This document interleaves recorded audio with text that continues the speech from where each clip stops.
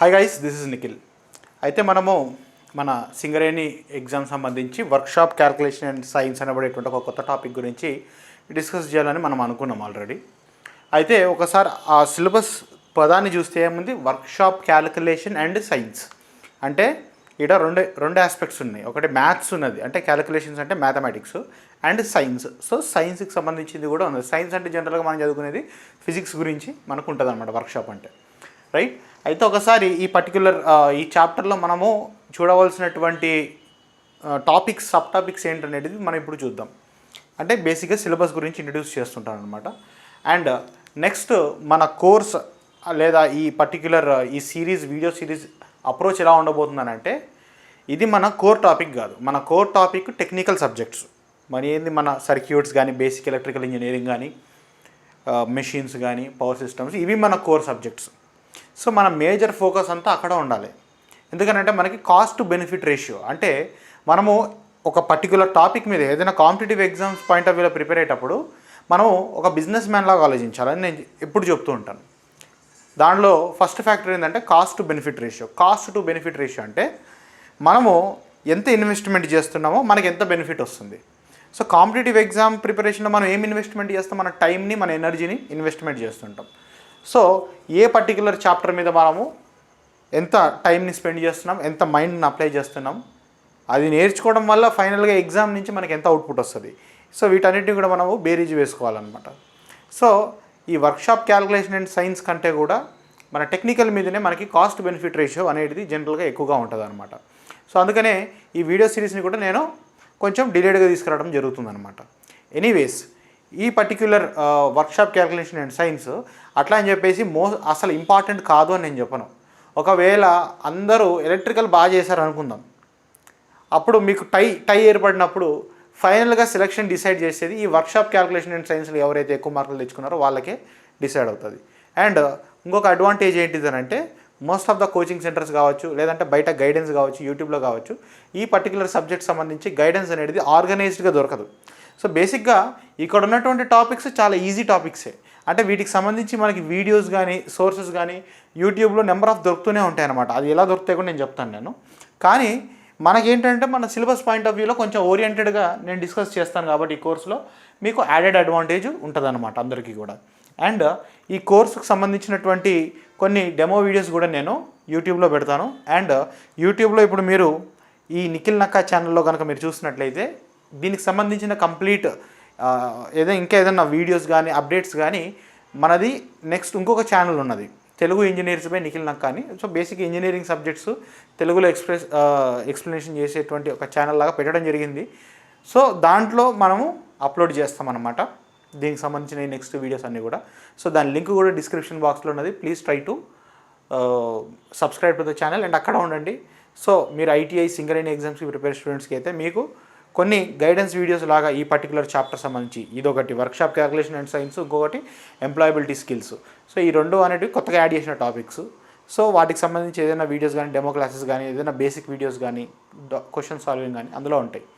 And in case students ఎవరైనా కానీ ఈ కోర్స్ని ఇంకా పర్చేస్ చేసుకోకపోయినట్లయితే మీరు ఇప్పుడే ఇమీడియట్గా జాయిన్ కావచ్చు.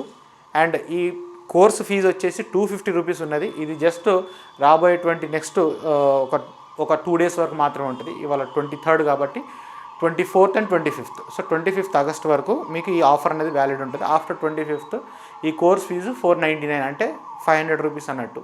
సో 50% ఆఫ్ అనేది ఉన్నది ఇప్పుడు ప్రజెంట్.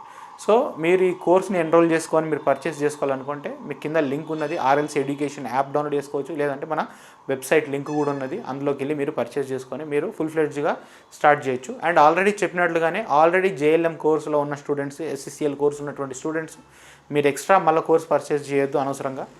మీకు మీ కోర్సులోనే ఇది సపరేట్ చాప్టర్ లాగా మీకు దొరికేస్తుంది ఇది, ఓకే. అండ్ నెక్స్ట్ ఇంకొక ఇంపార్టెంట్ విషయం ఏంటిదనంటే, ఈ పర్టికులర్ మనము ఈ వర్క్షాప్ క్యాల్కులేషన్ అండ్ సైన్స్ ఏదైతే ఉందో మరి ఇక్కడతోనేనా. సో నేను దీన్ని ఇంకా ఎంత ప్రొడక్టివ్గా మనం మార్చుకోవచ్చు అనే పాయింట్ ఆఫ్ వ్యూలో నేను ఆలోచిస్తూ నేను చెప్తున్నాను. అంటే చూడండి, కాంపిటేటివ్ ఎగ్జాము అందరూ కూడా ఒకటే రకమైన జాబ్ కూడా ప్రిపేర్ కాదు జనరల్గా. ఫర్ ఎగ్జాంపుల్ ఒక డిగ్రీ ఉన్న క్యాండిడేట్ ఉన్నాడు అనుకోండి, వాడు ఏదో సెంట్రల్ గవర్నమెంట్ సంబంధించి ఏదో ఎస్ఎస్సి రాస్తాడు, ఆర్ఆర్బీ రాస్తారు, లేదంటే టీఎస్పీఎస్సీ రాస్తాడు, లేదంటే బ్రాంచ్ స్పెసిఫిక్ ఏదైనా కంపెనీ ఉంటే దాన్ని రాస్తారు. ఫర్ ఎగ్జాంపుల్ మీరు ఐటీఐ స్టూడెంట్స్ చూస్తున్నారు, ఇప్పుడు మీరు కంప్లీట్గా జేఎల్ఎంకి మాత్రమే ప్రిపేర్ కాదు కదా, లేదంటే ఎస్ఎస్సీఎల్కి మాత్రమే ప్రిపేర్ కాదు కదా. రేపు ఫర్ ఎగ్జాంపుల్ టీఎస్పీఎస్సీలో ఎలక్ట్రీషియన్ పోస్టులు ఉన్నాయని చెప్పేసి కూడా ఇప్పుడు న్యూస్ ఒకటి సర్క్యులేషన్ అవుతుంది. సో ఒకవేళ రేపు ఆ రిక్రూట్మెంట్ అయిందనుకోండి, అప్పుడు మరి సిలబస్ ఎలా ఉంటుంది? టెక్నికల్ సిలబస్ అయితే దాదాపు అలాగే ఉంటుంది, కానీ ఒక జనరల్ పేపర్ కూడా ఉంటుంది. ఒక టీఎస్పీఎస్సీ పాయింట్ ఆఫ్ వ్యూలో తీసుకున్నా కానీ, లేదంటే మీరు ఏదైనా central level ISRO exam technician exams రాయాలనుకున్నా కానీ, ఆర్ఆర్బీ లోకో పైలట్ ఉంటుంది, ALP assistant loco pilot. So next year RRB ఏఎల్పికి సంబంధించిన పోస్టు కూడా ఎక్స్పెక్ట్ చేస్తున్నారు. సో గ్రూప్ డి పోస్టులు కానీ, సో వీటికి కూడా మీకు ఎలిజిబిలిటీ ఉంటుంది. లేదా మీరు కొంతమంది డిప్లొమా చేసి ఉంటారు, బీటెక్ చేసి ఉంటారు, లేదంటే డిగ్రీ ఉన్న వాళ్ళు ఉంటారు. సో మీరు దాని బేసిస్ మీద ఎగ్జామ్స్ రాస్తుంటారు. సో అలాంటి ఎగ్జామ్స్లో ఒక పర్టికులర్ టాపిక్ అనేది వస్తుంటుంది అనమాట. దాన్ని ఏమంటారంటే క్వాంటిటేటివ్ రీజనింగ్ అని అంటారనమాట. Quantitative reasoning, arithmetic, basic mathematics, ఇట్లాంటి కొన్ని టాపిక్స్ ఉంటాయి. అంతెందుకు మీ ఎస్సీసీఎల్ ఎగ్జామ్లోనే మీరు ఒకసారి మీ సిలబస్లో కింద చూడండి, మీకు basic aptitude, arithmetic, problem solving, mental ability అని చెప్పేసి కొన్ని టాపిక్స్ కూడా మీకు వస్తున్నాయి అనమాట. అంటే మీది టోటల్గా 90 మార్క్స్ పేపర్లో 75 టెక్నికల్ అయితే 15 నాన్ టెక్నికల్ ఉంటాయి కదా. ఆ 15 నాన్ టెక్నికల్లో మీకు అర్థమెటిక్, బేసిక్ మ్యాథమెటిక్స్ అవి కూడా ఉంటాయి. సో ఏవైతే మనం ఈ వర్క్షాప్ క్యాలిక్యులేషన్ అండ్ సైన్స్లో మనం డిస్కస్ చేస్తామో సేమ్ ఈ టాపిక్సే మీకు అక్కడ కూడా రిపీట్ అవుతాయి. అంటే మీకు డబుల్ బెనిఫిట్ అన్నట్టు. బేసిక్గా ఈ పర్టికులర్ చాప్టర్ అవుతుందో డబుల్ బెనిఫిట్. ఒకటి ఏంటిదని అంటే మీది 90 మార్క్స్ పేపర్ అమ్మ. ఓకే, ఈ 90 మార్క్స్ పేపర్లో టెక్నికల్ 75 మార్క్స్ ఉన్నాయి అండ్ నాన్ టెక్నికల్ 15 మార్క్స్ ఉన్నాయి. ఈ 75 మార్క్స్లోనే ఈ వర్క్షాప్ క్యాలిక్యులేషన్ అండ్ సైన్స్ అనేబడి సబ్జెక్ట్ కూడా వస్తుంది మీకు. ఓకే, సో ఈ 75 మార్క్స్లో కూడా ఎంత లేదన్నా మీకు కొన్ని మంచి good number of marks 4-5 marks అయినా తగులుతాయి కదా. అండ్ ఈ 15 మార్క్స్లో మీకు ఒక 5 to ఒక 8 to 9 మార్క్స్ అన్న మీకు ఈ పర్టికులర్ ఈ మ్యాథమెటిక్స్ ఓరియంటెడ్ సబ్జెక్ట్స్ మీద మీకు టచ్ అయ్యే అవకాశం ఉన్నది. సో ఎటు చూసుకున్నా మీరు ఈ కోర్స్ వినడము, ఈ క్లాసెస్ ప్రాపర్గా నోట్స్ చేసుకోవడము, ఫాలో అవ్వడం కూడా మీకు కలిసి వచ్చేటువంటి విషయమే అని చెప్పుకోవచ్చు. ఓకే, సో ఈ క్లాసెస్ సంబంధించినటువంటి కొన్ని బేసిక్ నోట్స్ అయితే నేను ప్రొవైడ్ చేస్తాను, కానీ మీరు రన్నింగ్ నోట్స్ లాగైతే రాసుకోవచ్చు. ఎందుకంటే నేను నోట్స్ ప్రొవైడ్ చేస్తాను, దానికి ఏం ప్రాబ్లం లేదు. కానీ ఈ సబ్జెక్ట్ అనేది దీని నుంచి మ్యాక్సిమం మీరు బెనిఫిట్ తీసుకోవాలనుకుంటే దీన్ని మీరు రన్నింగ్ నోట్స్ చేసుకుంటేనే, మీ సొంత స్వహస్తాలతో రాసుకుంటేనే దానికి ఏదైనా మీకు ఒక మీనింగ్ఫుల్గా ఉంటుంది అండ్ అవుట్పుట్ కూడా మంచిగా ఉంటుంది. రైట్, అండ్ ఇదొకటి. అండ్ ఇంకా ఏంటంటే మన జేఎల్ఎం, ఫర్ ఎగ్జాంపుల్ మీరు జేఎల్ఎం ఎగ్జామ్స్కి ప్రిపేర్ అయ్యే స్టూడెంట్స్ కూడా ఉంటారు. మీరు జేఎల్ఎం ఎగ్జామ్స్కి ప్రిపేర్ అయ్యే స్టూడెంట్స్ అయితే కూడా జేఎల్ఎం కూడా ఎట్లుంటుంది ప్యాటర్న్, 80 మార్క్స్ ప్యాటర్న్. 80లో 65 మార్కులు మనకి టెక్నికల్ ఉంటాయి, 15 మార్కులు నాన్ టెక్నికల్ ఉంటాయి. ఈ 15 మార్కులలో మొత్తం జీకేనే ఉంటుంది అనుకుంటున్నారు. మొత్తం జీకే ఉండదయ్యా. దీంట్లో ఒక దాదాపు 10 మార్కుల దాకా మీకు ఇదే ఈ రీజనింగ్, ఈ క్వాంటిటేటివ్, ఇట్లాంటి టాపిక్సే, ఈ మ్యాథమెటిక్స్ ఓరియంటెడ్ టాపిక్సే ఉంటాయి. సో ఎట్లా చూసుకున్నా కూడా మీకు బెనిఫిటే అనమాట. దీని నుంచి మీకైతే ఎటువంటి నష్టం ఉండదు. ఈ పర్టికులర్ కోర్స్ మీద మీరు టైం స్పెండ్ చేయడం కూడా నాకు తెలిసి బెనిఫిట్ అవుతుంది. ఈ జేఎల్ఎం ఎగ్జామ్ కావచ్చు, ఎస్సీసీఎల్ కావచ్చు, లేదంటే మీరు టీఎస్పీఎస్సీకి అప్లై చేసినా కానీ, లేదా ఇతర ఆర్ఆర్బీ, ఏఎల్పి కానీ, లేదంటే లోకో పైలట్, ఇస్రో ఎగ్జామ్స్ కానీ, సో వీటన్నిటికి కూడా మీకు పనికి వస్తుంది అనమాట. సో బేసిక్గా ఇదంతా కూడా ఓరియంటేషన్ క్లాస్ ఇవాళ. రైట్, అండ్ ఒకసారి సిలబస్ గురించి కూడా మనం డిస్కస్ చేద్దాం. సో సిలబస్ గురించి మాట్లాడుకుంటే నేనేం చెప్పాను, workshop calculation and science. So దీంట్లో మ్యాథమెటికల్ ఎలిమెంట్ ఒకటి ఉంది, సైన్స్ ఎలిమెంట్ ఒకటి ఉన్నది. సో ఈ క్లాసెస్ ఎవరు తీసుకుంటారు అని అంటే maximum majority of the classes అంటే నేను, విజ్ఞాన్ సార్, మేమిద్దరం కలిసి దీన్ని డివైడ్ చేసుకొని మేము మీ క్లాసెస్ తీసుకోవడం జరుగుతుంది అనమాట. సో మోస్ట్లీ మ్యాథమెటిక్స్ సంబంధించినటువంటి పార్ట్ మ్యాక్సిమం కూడా నేనే డీల్ చేస్తుంటాను. కొన్ని పార్ట్ సార్ తీసుకుంటాడు, లేదంటే కొన్నిసార్లు ఏంటంటే కొన్ని బేసిక్ కాన్సెప్ట్స్ లేదంటే ఇంపార్టెంట్ కాన్సెప్ట్స్ నేను చెప్తాను అండ్ వాటి మీద మీతోని ప్రాబ్లమ్స్, క్వశ్చన్స్ ప్రాక్టీస్ చేయడం అనేది సార్ తీసుకుంటాడు. లేదంటే కొన్ని ఫర్ ఎగ్జాంపుల్ సైన్స్కి సంబంధించిన ఆయన క్లాసెస్ బేసిక్ థియరీ కానీ అట్లాంటివి మీకు చెప్తే ప్రాబ్లమ్ సాల్వింగ్, ఎంసీక్యూస్ బేస్డ్ నాది ఉంటుంది. సో ఆ విధంగా మీకు ఎక్స్చేంజ్ రూపంలో నడుస్తూ ఉంటుంది. అండ్ ఇంకొక విషయం ఏంటిదంటే మన కోర్స్ ఎలా ఉంటుందంటే చూడండి, ఇది కొంచెం అడ్వాన్స్ లెవెల్ ఉంటుంది కోర్స్ అయితే. అంటే అడ్వాన్స్ లెవెల్ అంటే మరీ బేసిక్ లెవెల్ స్టూడెంట్కి మాత్రం కొంచెం ఇబ్బంది పడే ఛాన్స్ ఉన్నది, బట్ నేను కేర్ తీసుకుంటాను. అండ్ ఇంకొకటి ఏంటిదని అంటే బేసిక్ లెవెల్ స్టూడెంట్కి కూడా ఇబ్బంది కలగకుండా క్యాచ్ చేసుకునేటట్టుగా, పికప్ అయ్యేటట్టుగా మనం ఎట్లా తెలుగులోనే చెప్తున్నాం కాబట్టి, సో ప్యూర్ గ్రాంధిక తెలుగు అయితే కాదు, ఇది ఇంగ్లీష్ మీడియం సబ్జెక్ట్. నేను ఆల్రెడీ మీకు ఇనీషియల్ కూడా చెప్పే ఉంటాను. నేను మీరు కంప్లీట్ ఇది తెలుగు మీడియం, మీరు ఒకవేళ 10th క్లాస్ వరకు తెలుగు మీడియం చదువుకుని ఉంటే మాత్రం కొంచెం ఇబ్బంది అవుతుంది మీకు ఇది. కానీ బీ ప్రిపేర్డ్. నెంబర్లు అంటే అందరికి పరిచయం ఉన్నాయి కాబట్టి నెంబర్ల ద్వారా నేను కంటెంట్ని మీకు కన్వే చేసే ప్రయత్నం చేస్తుంటాను, యాక్షన్స్ ద్వారా మీకు కన్వే చేస్తుంటాను. కొంచెం అడ్జస్ట్ చేసుకోండి, ఎందుకంటే నేను తెలుగు మీడియం బ్యాక్గ్రౌండ్ నుంచి కాదు కాబట్టి. సో నేను మీకు ఆ తెలుగు మీడియం లెవెల్లో నేను డెలివరీ అయితే చేయలేను, ముందుగా నేను చెప్తున్నా. కానీ you will be able to enjoy it. Okay, మీరు ఎంజాయ్ చేయగలుగుతారు, ఎందుకంటే నేను చాలా కామన్ థింగ్స్తో రిలేట్ చేస్తూ నేను చెప్తుంటాను. ఆల్రెడీ మీరు నా ఎలక్ట్రికల్ సబ్జెక్ట్స్ కూడా చూసుంటే అసలు ఎలక్ట్రికల్ ఇంజనీరింగ్ తెలుగులో లేనే లేదు. సో అట్లాంటిది నేను ఎంతో ఫన్ఫుల్గా, ఎంతో ఎంగేజింగ్గా, ఎంతో ఇంట్రెస్టింగ్గా నేను మీకు చేసి ప్రజెంట్ చేయడం జరిగింది ఇప్పటివరకు. అండ్ మీరందరూ కూడా ఎంజాయ్ చేస్తున్నారు నాకు తెలుసు. సో ఇది కూడా అదే విధంగా ఎంగేజింగ్గా ఉంటుంది. అండ్ ఇంకొక గుడ్ పాయింట్ ఏంటంటే మన కోర్సుకు సంబంధించి చూడండి, ఎలక్ట్రికల్ ఇంజనీరింగ్ అంటే మ్యాథమెటిక్స్. మ్యాథ్స్ని తీయలేము, ఎలక్ట్రికల్ని పెట్టలేము. సో మ్యాథమెటిక్స్ అనేది ఎలక్ట్రికల్ ఇంజనీరింగ్ హార్ట్ అని చెప్పొచ్చు. సో ఇప్పుడు మీరు మన ఎలక్ట్రికల్ కోర్సు క్లాసెస్ విన్నప్పుడు కూడా, మీరు సబ్జెక్ట్స్ చదువుకున్నప్పుడు కూడా మీకు తెలుసు, మీకు ఎన్ని ఫార్ములాస్ వస్తుంటాయి, ఎన్ని రకాల ప్రాబ్లమ్స్ సాల్వ్ చేయాల్సి వస్తుంటుంది. సో ఈ పర్టికులర్ కోర్స్ వల్ల మీకు దానికి సంబంధించినటువంటి ఫౌండేషన్ కూడా స్ట్రాంగ్ అవుతుంటుంది.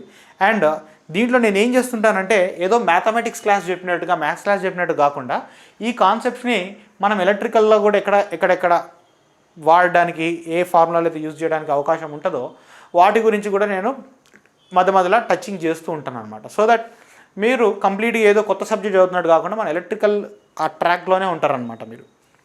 సో ఎటు వచ్చినా కానీ ఈ పర్టికులర్ కోర్స్ అనేది మీకు అష్టదిగ్బంధనం లాగా, అంటే ఏ దిక్కులో చూసినా కూడా మీకు ఒక రకంగా ప్రాఫిట్స్ ఎక్కువ ఉన్నాయి దీంట్లో, లాసెస్ కంటే కూడా. Okay, so fine. ఒకసారి సిలబస్ పాయింట్ ఆఫ్ వ్యూలో చూద్దాం ఒకసారి. So calculation and science, mathematics, science. So ఇందులో మ్యాథమెటిక్స్ పోర్షన్ ఏమొస్తుందనంటే ఈ నెంబర్ 2 చూసిరా, 2, 3, 4, 5 fractions, square root, ratio and proportion, percentage, ఇదంతా కూడా మ్యాథమెటిక్స్ పార్ట్ ఉంటుంది అనమాట. ఈ పర్టికులర్ 4 చాప్టర్స్ అవుతుంటే ఇది మ్యాథమెటిక్స్ కిందికి వస్తాయి అనమాట. సో వీటిని నేను ఒకవేళ ఇట్లా మార్క్ చేయాలనుకుంటే ఇట్లా పెట్టేస్తున్నాను, ఎం అని రాస్తున్నాను. ఓకే, సో ఇది మ్యాథమెటిక్స్ ఓరియంటెడ్ టాపిక్స్ ఉంటాయి అనమాట. అండ్ ఈ యూనిట్స్ ఏదైతే ఉందో ఈ యూనిట్స్ అనేది సైన్స్కి సంబంధించినటువంటి టాపిక్. ఓకే, సైన్స్కి సంబంధించినటువంటి టాపిక్. అండ్ నెక్స్ట్ వన్ వచ్చేసి మెటీరియల్ సైన్స్, పేరులోనే సైన్స్ ఉన్నది. సో ఇది కూడా కొంతవరకు ఐ కెన్ సే సైన్స్కి సంబంధించినటువంటి టాపికే ఇది కూడా. అండ్ నెక్స్ట్ ఈ mass, weight, density, speed and velocity, work power and energy, ఇది కూడా మనం ఒక రకంగా సైన్స్కి, అంటే మ్యాథమెటిక్స్ అప్లికేషన్ ఇన్ సైన్స్ అనమాట ఇది. సో సైన్స్కి సంబంధించినటువంటి టాపిక్సే. మళ్ళీ ట్రిగ్నామెట్రీ తీసుకుంటే మళ్ళీ ట్రిగ్నామెట్రీ వచ్చేసి ప్యూర్ మ్యాథమెటిక్స్ టాపిక్ అయిపోతుంది, ప్యూర్లీ మ్యాథమెటిక్స్ అయిపోతుంది. అండ్ నెక్స్ట్ ఇక్కడ చూసుకుంటే మీకు ఆల్జిబ్రా ఉన్నది, మెన్సురేషన్ అని 2 ఉన్నాయన్నమాట. ఈ 2 కూడా ప్యూర్ మ్యాథమెటిక్స్ ఓరియంటెడ్ టాపిక్స్ అయిపోతుంది. సో చెప్పాను, workshop, calculation and science. So mathematics part ఉన్నది, సైన్స్ పార్ట్ ఉన్నది. అదే మనం చదువుకునేది కూడా మన సిలబస్లో ఎక్కడెక్కడ మ్యాప్ అవుతుంది అనేటువంటి అవేర్నెస్ మనకి ప్రాపర్గా ఉండాలి ప్రతి ఒక్కరికి కూడా. ఓకే, సో ఒక్కొక్క దాని గురించి కూడా నేను బేసిక్గా డీటెయిల్స్ చెప్తుంటాను. అంటే ఈ చాప్టర్ ఉద్దేశం ఏంటిది, దాంట్లో వాడు మనల్ని ఏం టెస్ట్ చేయదలుచుకుంటున్నాడు అనేటువంటి పాయింట్స్ కూడా నేను మీకు ఇప్పుడు పరిచయం చేస్తున్నాను. సో ఒకసారి సైన్స్ పాయింట్ ఆఫ్ వ్యూలో ఫస్ట్ చూసుకుంటే యూనిట్స్ ఉన్నది. యూనిట్స్ అంటే ఏంటిది? యూనిట్ అంటే బేసిక్గా ఇప్పుడు మనకి కొన్ని ఫిజికల్ క్వాంటిటీస్ ఉంటాయి. మనము ఆత్మలం కాదు, మనం మనుషులము.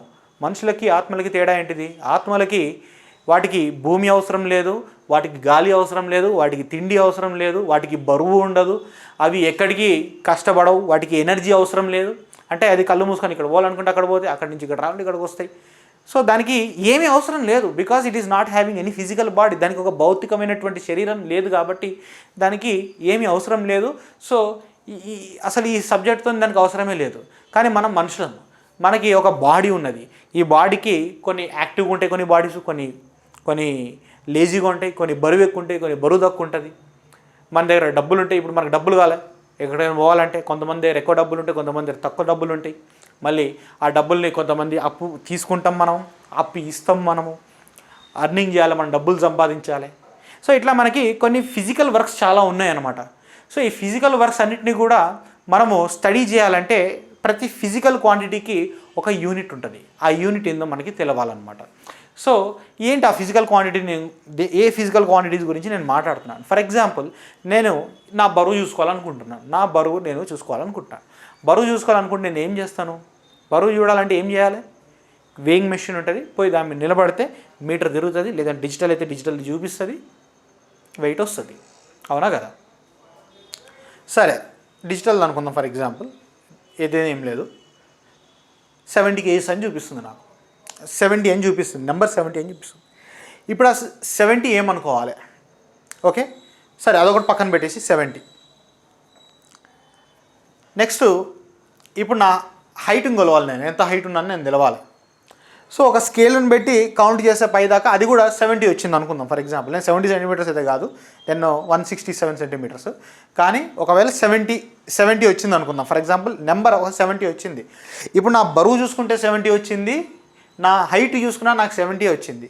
ఇప్పుడు ఏ 70 ఏదన్నట్టు. సో ఇక్కడ మీకు అర్థమవుతుంది కదా. ఇప్పుడు బరువు 70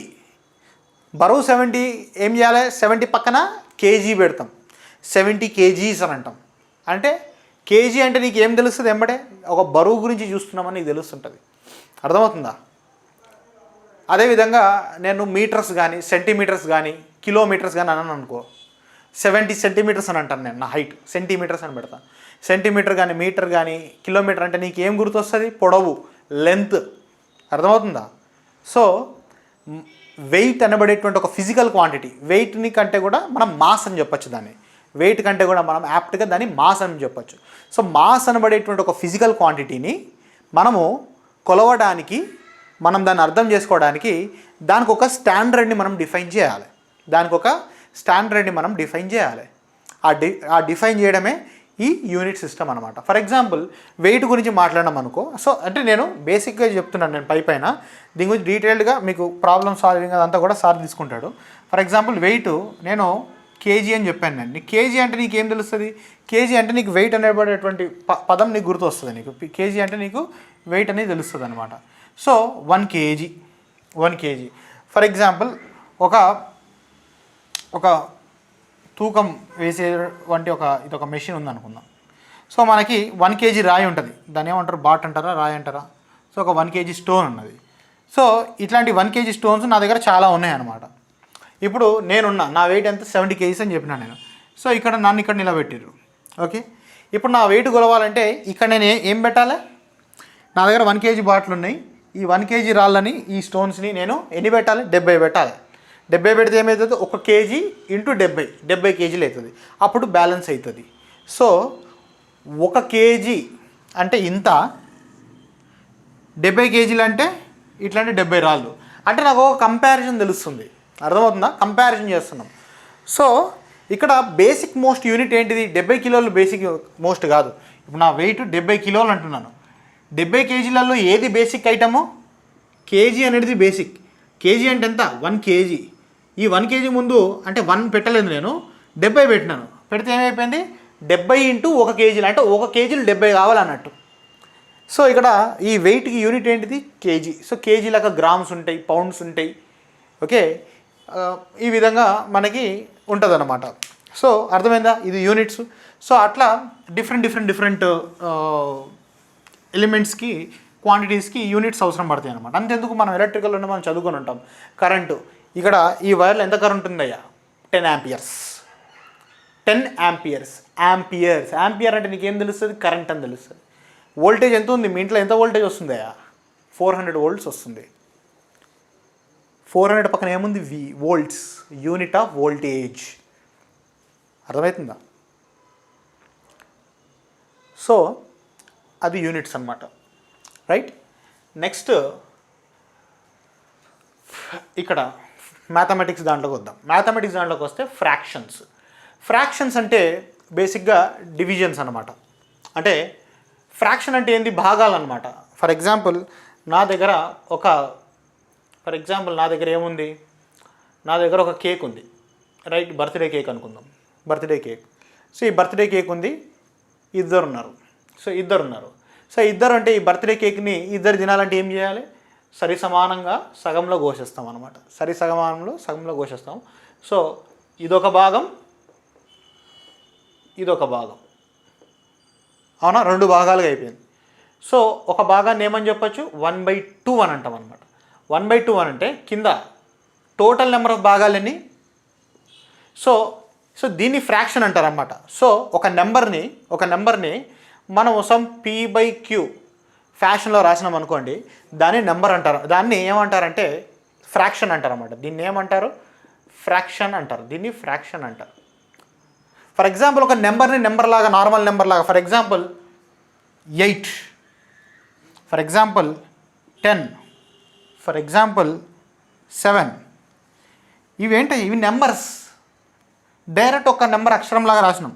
సో వీటిని ఏమంటారంటే ఇంటీజర్స్ అంటారు. వీటిని ఇంటీజర్ అంటే ఒక నెంబర్ని నెంబర్ రూపంలో డైరెక్ట్ యాజ్ ఇట్ ఈజ్గా ఒక ఫుల్ వాల్యూని కనుక నేను అక్కడ చూపిస్తే దానిని నేను ఇంటీజర్ అని చెప్పి పిలవచ్చు అనమాట.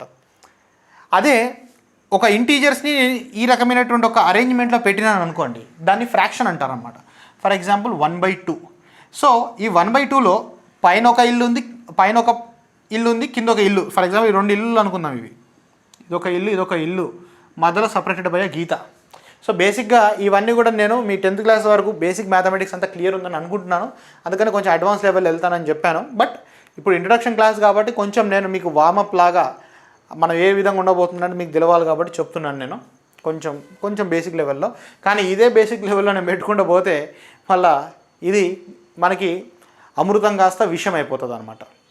ఏదైనా కానీ కాంపిటేటివ్ ఎగ్జామ్ ప్రిపరేషన్లో ఒక సబ్జెక్ట్కి మనము ఎంత టైం స్పెండ్ చేయాలో అంత టైం స్పెండ్ చేస్తేనే దాని నుంచి మనకి మ్యాక్సిమం బెనిఫిట్స్ వస్తాయి. అంతకంటే ఎక్కువ టైం స్పెండ్ చేస్తే అది మనకి ప్రోగ్రెస్కి, మన ఎగ్జామ్ సక్సెస్కి కొంత విఘాతకంగా అయిపోతుంది అనమాట.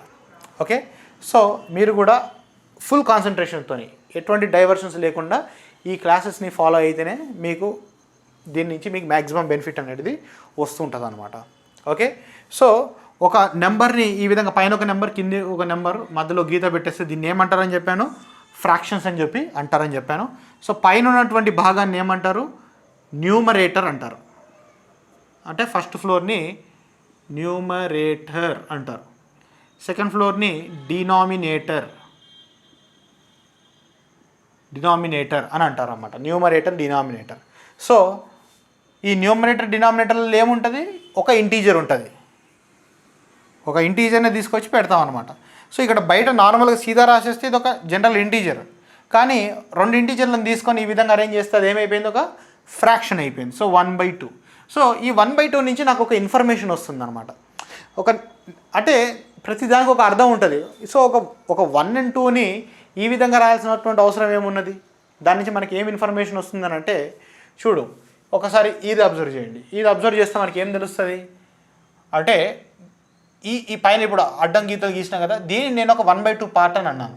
అంటే 2 పార్ట్స్ చేసినాం, టోటల్గా 2 భాగాలు ఉన్నాయి. దాంట్లో ఇది ఒక భాగం అనమాట. అర్థమైందా? అందులో అది ఇంకొక భాగం, అండ్ ఇది ఇంకొక 1/2, ఇది ఇంకొక 1/2, అంతే కదా. అంటే టోటల్ 2 భాగాలలో ఇది ఒక భాగం, ఇది ఒక భాగం. ఈ రెండింటిని కలిపితే ఒకటి అయిపోతుంది. సో ఆ ఫ్రాక్షన్స్ అంటే వీటిని ఫ్రాక్షన్స్ అంటారు. సో వీటిని యాడ్ చేయడం, సబ్స్ట్రాక్షన్ చేయడం, మల్టిప్లికేషన్ చేయడం, వీటితో ఆడుకోవడం, డిఫరెంట్గా ఎల్సిఎమ్స్ చేయడము, హెచ్సిఎఫ్, ఇట్లా కొన్ని టాపిక్స్ ఉంటాయి. సో వాటిని మనం డిస్కస్ చేస్తాం. నెక్స్ట్ స్క్వేర్ రూట్ అర్థం కావాలంటే అసలు స్క్వేర్ అర్థం కావాలి. స్క్వేర్ అంటే బేసిక్గా మనం మల్టిప్లికేషన్ చేస్తాం. తెలుగులో అయితే గుణంకారం అంటారు అనుకుంటాను. ఓకే, అంటే ఎక్కాలి. బేసిక్గా ఏం చేస్తాం? మల్టిప్లికేషన్ చేస్తాం. ఇప్పుడు 1 2 ఎంత? 1 × 2 2, 2 2 ఎంత? 4. సో బేసిక్గా ఇవి మల్టిప్లికేషన్స్లో 2 నెంబర్లను మనం మల్టిప్లై చేస్తున్నాం. మనం 1 2 1 2 2 నెంబర్లు. ఎప్పుడైతే 2 సేమ్ నెంబర్లను మల్టిప్లై చేస్తామో అక్కడ స్క్వేర్స్ వస్తాయి అన్నమాట. స్క్వేర్ అంటే 2. For example 2 × 2 = 4. 2 2 4 అని నాకు తెలుసు. అయితే ఈ 2 × 2ని నేను ఏమని రాయొచ్చు తెలుసా? ఈ 2 × 2ని 2 స్క్వేర్ అని రాయొచ్చు. 2 స్క్వేర్ అని రాయొచ్చు. ఫర్ ఎగ్జాంపుల్ 3 3 ఎంత? 3 × 3 = 9 అని మనకు తెలుసు. ఈ 3 × 3 అవుతుందో నేనేమని రాయొచ్చు? 3ని 2 సార్లు మల్టిప్లై చేస్తున్నాం కాబట్టి 3 స్క్వేర్ అని రాయొచ్చు. సో 3 స్క్వేర్ = 9 అని రాయొచ్చు. 2 స్క్వేర్ = 4, అంతే కదా. ఈ 2 × 2 రాసే బదులు 2 స్క్వేర్ అని రాసేయచ్చు మనం సింపుల్గా. సో దీన్ని మనం ఏమంటామనంటే స్క్వేర్ నెంబర్స్ అంటారు, స్క్వేర్స్ అంటారు. దీన్ని ఏమంటారు? స్క్వేర్. సో స్క్వేర్ రూట్ కావాలి ఇప్పుడు నాకు. స్క్వేర్ రూట్ అంటే ఫర్ ఎగ్జాంపుల్ నీకు ఒక నెంబర్ ఇచ్చిన నేను ఏమి ఇచ్చిన 9 అనబడేటువంటి ఒక నెంబర్ ఇచ్చిన నేను ఇప్పుడు ఈ 9 యొక్క స్క్వేర్ రూట్ కనుక్కోమంటున్నాను. స్క్వేర్ రూట్ కనుక్కోమని అంటున్నాను. ఇక్కడ చూడండి ఒక పదం ఉంది రూట్. రూట్ అంటే ఏంటిది? నీ మూలం ఏకదం. సో ఈ 9 అనబడేటువంటి ఒక నెంబర్ క్రియేట్ కావడానికి అసలు మూలమైనటువంటి నెంబర్ ఏంటిది? 2 3ల యొక్క మల్టిప్లికేషను. దాంట్లో కూడా ఒక మూలం ఎవరు? 3 మూలం. ఆ 3ని స్క్వేర్ చేస్తేనే కదా నీకు 9 వచ్చింది. అర్థమవుతుందా? ఒక 3ని తీసుకొని దాన్ని 2 సార్లు మల్టిప్లై చేస్తే నీకు 9 వచ్చింది. సో ఆ 9 యొక్క స్క్వేర్ రూట్ ఏంటిది? 3. రైట్? స్క్వేర్ రూట్ అంటే స్క్వేర్ అంటే ఏంది? 2 సార్లు ఒకటే నెంబర్ని మల్టిప్లై చేయడం వల్ల క్రియేట్ అయినటువంటి నెంబర్ని స్క్వేర్ అంటారు. సో 9 అనేది ఒక స్క్వేర్ అన్నట్టు. అర్థమవుతుందా? 9 స్క్వేర్. ఓకే, 9 అనేది ఒక స్క్వేర్. ఈ స్క్వేర్కి రూట్ ఏంటిది? స్క్వేర్ అంటే నేను చెప్తున్నాను, స్క్వేర్ అంటే ఏంటిది? 2 సార్లు ఒకే నెంబర్ని మల్టిప్లై చేస్తూ వచ్చినటువంటి నెంబర్ని స్క్వేర్ అంటారు. ఫర్ ఎగ్జాంపుల్ నా దగ్గర ఎక్స్ అనబడేటువంటి ఒక నెంబర్ ఉంది. ఈ ఎక్స్ని నేను 2 సార్లు మల్టిప్లై చేస్తాను. చేస్తే నాకు వై అనబడేటువంటి ఒక నెంబర్ వచ్చింది. సో ఈ వై ఏదైతే ఉందో దిస్ ఈజ్ స్క్వేర్ అనమాట. బేసిక్గా వై అనేది స్క్వేర్. దేని యొక్క స్క్వేర్? అది square of X. Square of X. So ఇప్పుడు నేను వైకి స్క్వేర్ రూట్ అడుగుతున్నాను. నేను స్క్వేర్ రూట్ అడుగుతున్నాను. రూట్ ఎవరు? ఎక్స్.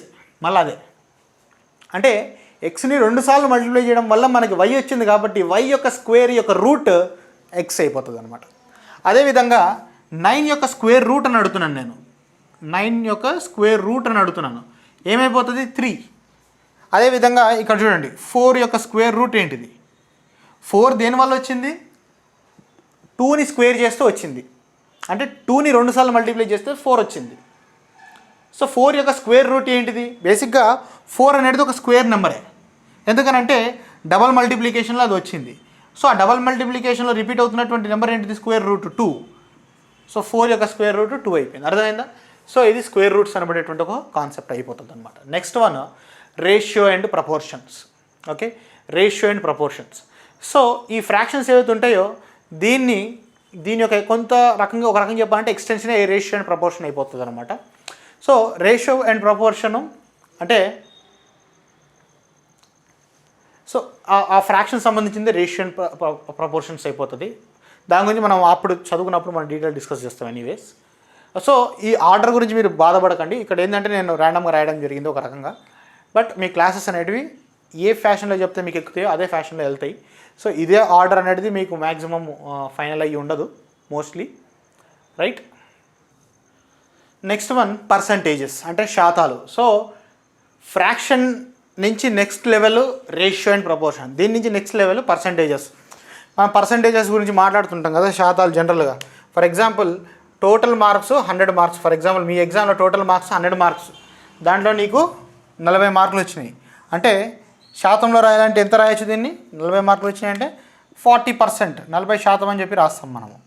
శాతం అని అంటే 100కి ఎంత, 100కి ఎంత, ఎప్పుడైనా కానీ 100కి ఎంత.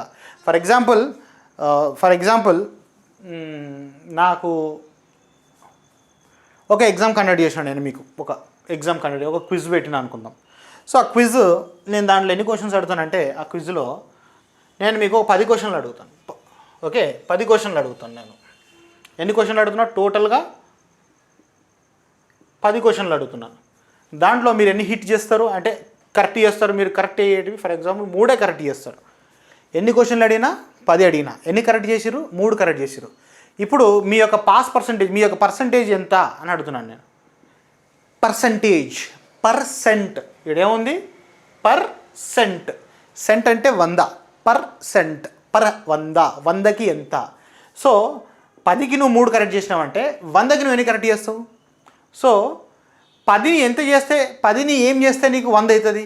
10ని ఇంటూ 10, 10 సార్లు మల్టిప్లై చేస్తే నీకు 100 వస్తుంది. సో 3ని కూడా ఇంటూ 10 చేయాలి. చేస్తే ఏమైపోతుంది? 30 అయిపోతుంది. అంటే 100కి 30 అన్నట్టు. 10 క్వశ్చన్లు ఉన్నప్పుడు నువ్వు 3 కరెక్ట్ చేసినావు అని అంటే 10 క్వశ్చన్లకి నువ్వు 3 కరెక్ట్ చేసినావు అంటే 100 క్వశ్చన్లు ఉంటే 30 చేస్తావు అన్నట్టు. అంటే నీ 30% అయిపోయింది అన్నట్టు నీది. అర్థమైందా? సో దీన్ని పర్సంటేజ్. సో ఇప్పుడు నేను చెప్పినంత సింపుల్గా ఉంటాయి. కొంచెం మైండ్ ఆలోచిస్తుంటే కొంచెం ఇంట్రెస్టింగ్గా కూడా కొన్ని టఫ్ క్వశ్చన్స్ కూడా అట్లా మీకు అడగడానికి ఛాన్సెస్ అయితే ఉంటాయి. ఓకే, సో ఎక్కువ ఎగ్జాస్టివ్గా అయితే ఉండదు ఈ క్లాసెస్ అని కూడా మళ్ళీ చెప్తున్నాను. ఎక్కువ క్వశ్చన్ బేస్డ్ అప్రోచ్గానే ఉంటుంది. సో మీరు కూడా దాని తగ్గట్టుగానే మీరు ఆలోచించండి. Next material sciences. Material science అంటే బేసిక్గా డిఫరెంట్ టైప్స్ ఆఫ్ మెటీరియల్స్ గురించి, ఐరన్ అంటే ఏంటిది, కొంచెం థియరిటికల్గా ఉంటుంది ఇది, right. Next mass, weight and density. So ఇది థియరీ ప్లస్ కొంత క్యాలిక్యులేషన్ యొక్క మిక్సింగ్ ఉంటుంది.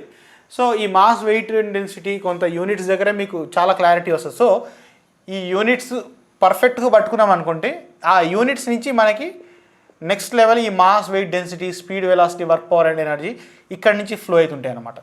సో ఇక్కడ నేను చెప్పినట్టుగా ఈ ఫ్రాక్షన్స్ నుంచి మనకి ఏమొస్తుంది, ఈ ratio and proportions and percentage అంటే ఇంటర్లింకేజెస్ అనమాట ఇవన్నీ నేను చెప్పేది. మళ్ళీ స్క్వేర్ రూట్ అనేది అలాగూ, okay, separate concept. Square root అనేది ఒక సపరేట్ కాన్సెప్ట్ అవుతుంది. మెటీరియల్ సైన్స్ అనేది ఒక సపరేట్ కాన్సెప్ట్ అవుతుంది, రైట్. ఇవన్నీ మనకి పర్ఫెక్ట్గా అర్థమైపోతే నెక్స్ట్ ఈ ఆల్జిబ్రా అనేది పర్ఫెక్ట్గా అర్థమవుతుంది అనమాట. సో నాకు తెలిసి ఈ స్పీడ్, పవర్ అండ్ ఎనర్జీ మీకు ఈజీగా అర్థమైతేనే ఉంటుంది, ఎందుకంటే యువర్ ఎలక్ట్రికల్ స్టూడెంట్స్. మనం చదువుకునేది ఎలక్ట్రికల్ గురించి. ఎలక్ట్రికల్ అంటే ఏంటిది, electrical energy. Okay, this is an energy. ఒక ఎనర్జీ గురించి మనం డిస్కస్ చేస్తున్నాం. సో ఈ వర్క్, పవర్ అండ్ ఎనర్జీ అనేది మీకు దాదాపు ఈజీగానే ఉంటుంది. Need not worry, just problems practice చేస్తే అయిపోతుంది. కొంచెం మన దగ్గర థియరీ తక్కువ, ప్రాబ్లమ్స్, క్వశ్చన్స్ ఎక్కువ మనం సాల్వ్ చేపిస్తుంటాం, గుర్తుపెట్టుకోండి. Next algebra. ఆల్జీబ్రా అంటే ఈక్వేషన్స్ సంబంధించింది. బేసిక్గా ఈ ఎక్స్, వై ఇట్లాంటివి, a+b² ఇట్లాంటి ఫార్ములాస్తో మనం ఎక్కువ డీల్ చేయాల్సి ఉంటుంది. ఎక్కువ మంది స్టూడెంట్స్ ఇవన్నీ ఎంత బాగా చేసినా కానీ పోగొట్టుకునేది మ్యాక్సిమం ఆల్జీబ్రాలో పోగొట్టుకుంటారు, మ్యాథమెటిక్స్లో. మళ్ళీ సైన్స్ అనేది ఒక్కొక్క స్టూడెంట్ ఒక్కొక్క అభిరుచి ఉంటుంది. మ్యాక్సిమం టఫ్ అయ్యేది ఆల్జీబ్రాలోనే. అండ్ ఒకసారి మరి సింగరేణిలో ఏ విధంగా ఆడతారో మనకు తెలియదు, కానీ ప్రీవియస్గా మనం ఏదైతే ఈ ఇస్రో ఐటీ లెవెల్ ఎగ్జామ్స్ నేను చూడడం జరిగింది, ఇస్రో టెక్నీషియన్ కానీ అట్లాంటి కొన్ని ఎగ్జామ్స్ తీసుకున్నప్పుడు దాంట్లో వాడు మేజర్ వెయిటేజ్ కూడా వాడు ఆల్జీబ్రాలోనే ఇస్తున్నాడు. Next mensuration. మెన్సురేషన్ అంటే సింపుల్గా చెప్పాలంటే ఒక రకంగా జామెట్రీ అని కూడా చెప్పొచ్చు నేను సింపుల్ లాంగ్వేజ్లో. జామెట్రీ అంటే బేసిక్గా షేప్స్, ట్రయాంగిల్, స్క్వేర్, వృత్తాకారం ఇవన్నీ ఉంటాయి కదా, సర్కిల్, వాటి ఏరియా, వాల్యూము, రైట్. సో ఇట్లాంటి వాటన్నింటినీ కూడా మెన్సురేషన్లో మనం డిస్కస్ చేస్తుంటాము. అండ్ ఇక్కడ ఇంకొక పాయింట్ మిస్ అయిపోయింది యాక్చువల్గా 10th 1 రబ్ చేస్తుంటే, ఇది కూడా చాలా ట్రిగ్నామెట్రీ కూడా అది కూడా ఒక సపరేట్ టాపిక్ అనే చెప్పొచ్చు మనం ఒక రకంగా. మ్యాథమెటిక్స్ సంబంధించింది trigonometry, very important. And in fact electrical ఇంజనీరింగ్లో మ్యాథమెటిక్స్ మొత్తం కవర్ అయ్యి బాగా టచ్ అయితే అందులో బాగా ఎక్కువ కలిసేది trigonometry. Angles, sine theta, cos theta ఇవే మనకి ఎక్కువ వస్తుంటాయి అన్నమాట. సో ఎలక్ట్రికల్ స్టూడెంట్స్కి కూడా మీకు ఈ పర్టికులర్ క్లాసెస్ అనేవి మీకు ఒక గట్టి ఫౌండేషన్ని మీకు ఏర్పరుస్తుంది.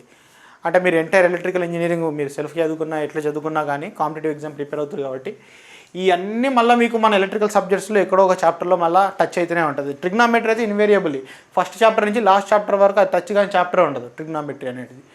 అండ్ ఇవన్నీ కూడా మనకు పనికొస్తూనే ఉంటాయి, ఇవన్నీ బేసిక్ ఆపరేషన్స్ ఇవన్నీ కూడా. ఓకే, సో ఈ విధంగా మన క్లాసెస్ అనేటివి ఉండబోతున్నాయి. Okay, so thank you for watching.